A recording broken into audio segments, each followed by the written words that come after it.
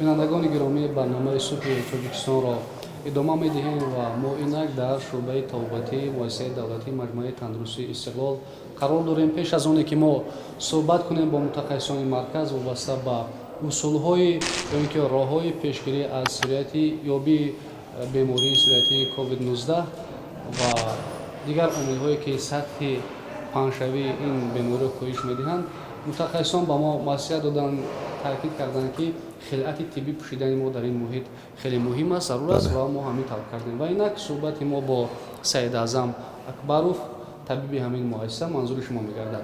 از اون سر می‌کردیم آغاز صحبت رو که کدام اصول‌های عامل‌های هستند یا راه‌های هستند که در مبارزه با بیماری سریعتی کووید 19 می‌توانیم از آنها استفاده بریم.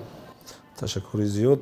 چنانه که علاقه مدتی چندی ماه است که این بیماری واردی جمهوری ما گشت و مقداری معینی اهالی هم بیمار گشتند و در روند توبت این بیماری یک تجربه معینی علاقه کارمندان طب علاقه گرفتند و چون همه وقتا که واسطه‌های اخباری و واخوری‌های علاهیده با اهالی گذرانده می شود و تاکید کرده می شود که حتما آن اصول‌هایی که پیشنهاد کرده می شوند، این بستن نقاب، این رعایت گیگین شخصی یعنی شستن دستان، استفاده آنتیسپتیک ها، رعایت فاصله اجتماعی و خودداری کردن از جایهای جمعیت گروه‌های زیاد خودداری کرده شود، اینها در مجموع تاثیر می‌رسانند به شماره بیمارشوی.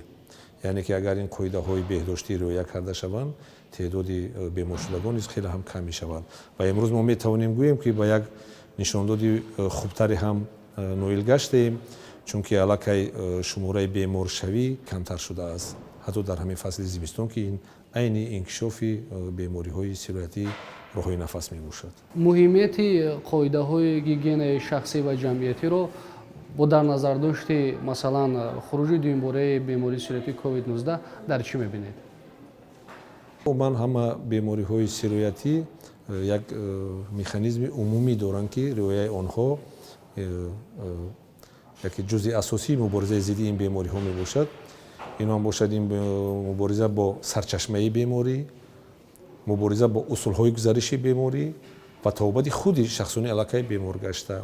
اگر همین شهروندان محترم امروز کوشش کنند که حصه خود را در طبابت در پیشگیری همین بیماری گذارند، آنها باید همین تاکیدهایی که همه وقت با آنها گذرانده می شود رعایت کنند، یعنی رعایت کردن قاعده‌های بهداشتی سانیتری. اگر همین قاعده‌ها از طرف شهروندان رعایت کرده شود، این خیلی و خیلی هم کار طبیبان را آسان می‌کند. امروز هوا سرد است، فصل زمستان است.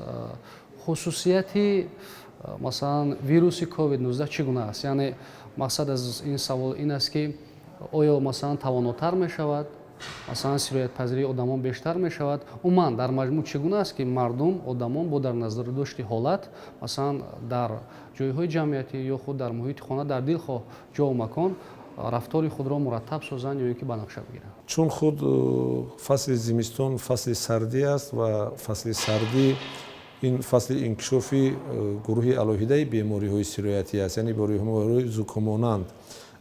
چون که علاقه مردم ما آگاه شدند، اخبارات پیدا کردند که خود بیماری کرونا ویروس کووید نوی کووید 19 اینا بیماری هستند که گروه بیماری رسپیراتوری ویروس‌هایی که تاثیر نشانه‌های رسپیراتوریشون بلندتر است. برای همینم فصل زمستان خود یک زمینه موافقی برای انکشاف این بیماری‌ها می‌کند و در همین فصل باید که به نهایت همین قاعده‌ها رعایت کرده شوند و چون که مسئولیت آدم هم در همین فصل از مبارزه با این بیماری‌ها اذیت می‌کشد و اگر همین قاعده‌ها رو ناسته رعایت کنند بهره بهبودی سلامتی خوبتر است. باز کدام عامل‌هایی هستند که می‌توانند روحیه مردم را بلند بردارند و همزمان مسئولیت آدمان نیز با اجرای آن عامل‌ها یا راه‌ها بلند شود و مثلا مقاومت ارگانیسم با این بیماری سریعتی کووید 19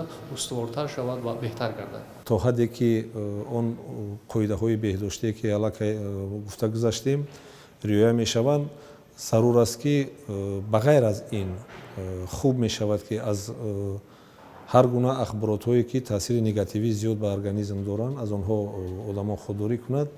Инам бошад он хабарҳои нохуше ки тариқи воситаҳои интернетӣ паҳн мешавад, оне ки аз суҳбатҳо паҳн мешавад. барои ҳамин диққати ҷиддӣ ба инҳо додан дар кор нест, барое ки инҳо як заминаи харобии майнаи сар, харобии системаи асабро ба одам мерасонанд ва дар ҳолати беморшавӣ ҳам таъсири манфӣ аз он зиёдтар мешавад. ва дуюм ин аст ки ғизои солим дар ҷумҳурии азизамон таваҷҷӯҳи хоса барои варзиш дода мешавад ва имкониятҳои ба варзиш машғулдан ҳам хеле зиёд ҳастанд. барои ҳамин хуб мешавад ки ба ғайри ин ба варзиш машғул шаванд одамон, истифодаи ғизои солимро дар мадди аввал гузоранд ва бештар ба адабиётҳои бадиӣ рӯ овардан. Бале ва ҳамин як таъсири мусибӣ ба бадан мерасад ва ҳамаи ин дар маҷмӯъ метавонад масъулияти бадани инсонро баланд кунад ва чун масъулияти хуб дар бадан бошад, аллакай ин яке аз муҳофизати табиие ки дар бадани одам ҳаст, ин масъулияти он аст. ва чун масъулият дар ҳолати хуби корӣ бошадам, аз ҳар гуна сироятҳо эмин будан боз хубтар мешавад. мо имрӯз тавсия медиҳем ки мардум дар ҷойҳое ки ҷамъшавии зиёди аҳолӣ аст дар он ҷо кам иштирок кунанд, лекин сайру саёҳат ин худ як таъсири мусбит ба организм мерасонад. барои ҳамин сайр гашт кардан дар ҳавои кушод, дар манзараҳои табиат ҳам бошад, таъсири мусбит ба организм дорад. ташаккури зиёд барои суҳбат ва бинандагони гиромӣ ёдовар мешавем ки суҳбате доштем бо Саидаъзам Акбаров, табиби ҳамин муассисаи маҷмӯаи тандурустии Истиқлол. суҳбати мо ба поён мерасад ва орзуи онро дорем ки ҳаргиз бемор нашавед ва ҳамеша солиму тандуруст бошед.